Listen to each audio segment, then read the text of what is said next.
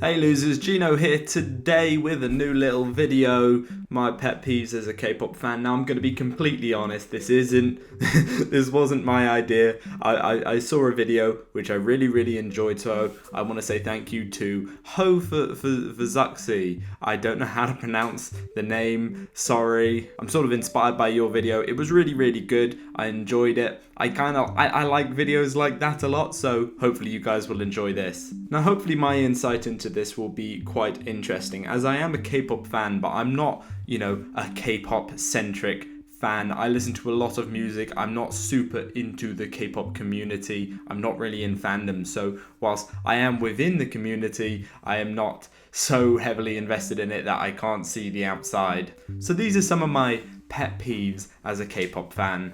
K-pop fans who just hate on artists from, the US or Britain for no reason, and they for some reason think that like K-pop is this god tier of music that nothing else can get to. There is a lot of good music in the world, and if you're not listening to it, then it means you're just not finding it. There are a hell of a lot of good American artists, good British artists. I listen to a lot of German and French music as well. But music is a worldwide phenomenon. Like it just is fantastic. There is bad music, there is lazy music, there is good music, there is safe music. You can listen to any kind of music and you will find good stuff there. So K-pop is not superior in any way. When K-pop fans who support underrated groups or small groups or older groups seem to think they are somewhat above people who have just joined fandoms or are just getting started, basically being old and, hating young people.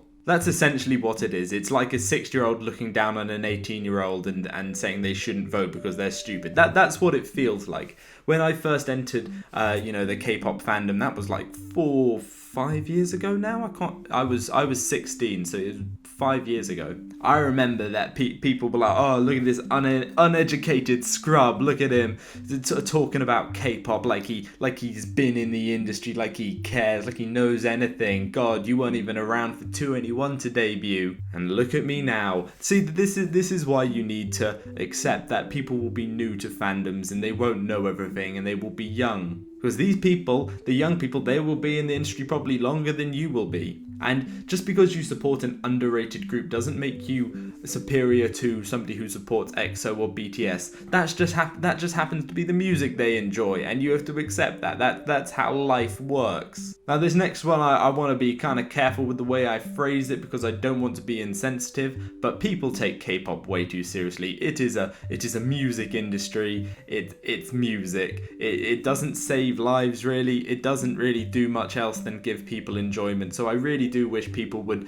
stop taking K-pop so seriously. When people make fun of it, it seems like you're criticizing something that people hold so close to their chest that by criticizing it, you're hurting them. It is an industry. It's a type of music. If you are so dependent on K-pop that when someone makes fun of it, you are getting upset, then I think you need to reevaluate how close you hold something to you. K-pop music is great, but let's not be dependent on it. Let's not let it take over our lives, because that's just silly. Now this will be sort of a pretty universal one, apart from a fair few people actually, really. I find it so annoying when people, want a music video to get a certain amount of views, or for it to get a certain amount of comments, or let's hit this for 2019, or let's break this record.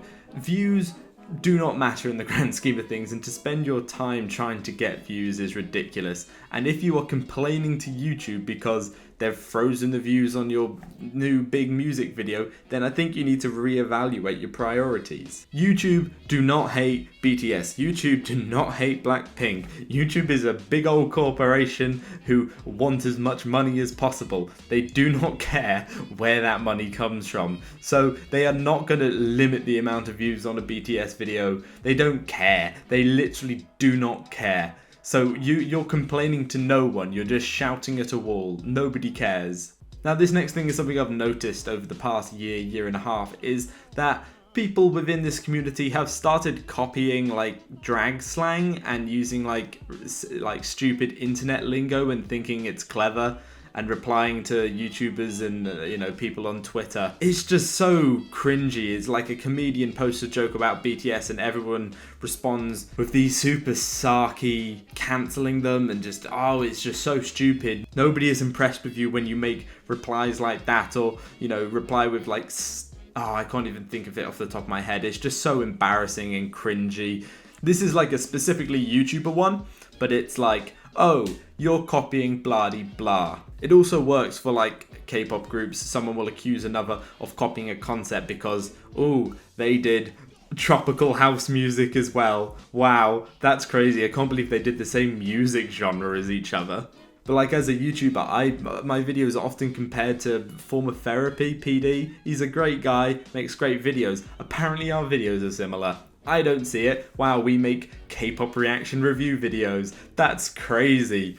How can they be similar? I can't believe it.